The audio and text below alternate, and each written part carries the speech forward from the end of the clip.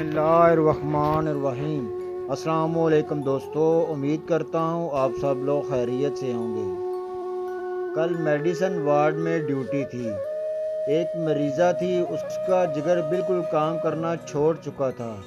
उम्र भी लगभग 65 साल थी। उसके साथ उसका शौहर था। उससे पहले वाले डॉक्टर ने उसे मरीज़ा की तशवीशनाक हालत के बारे में बता दिया था।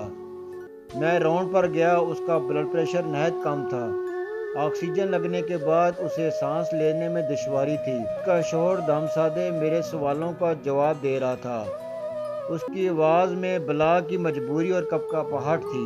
बोलते बोलते वह चुप हो जाता था। मैंने दिलजोई के लिए से उसकी आंखें यही सवाल कर रही थी, कोई उम्मीद है? जब महबूब सामने हो तो आंखें कैसे पलक झपक सकती हैं?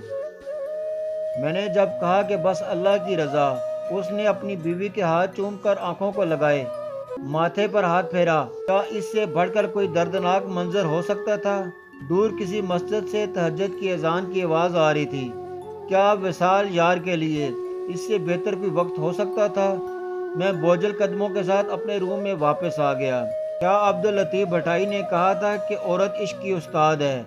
वहीं इसमें इजाफा कर देता हूँ कि मर्द इश्क की इंतहा है।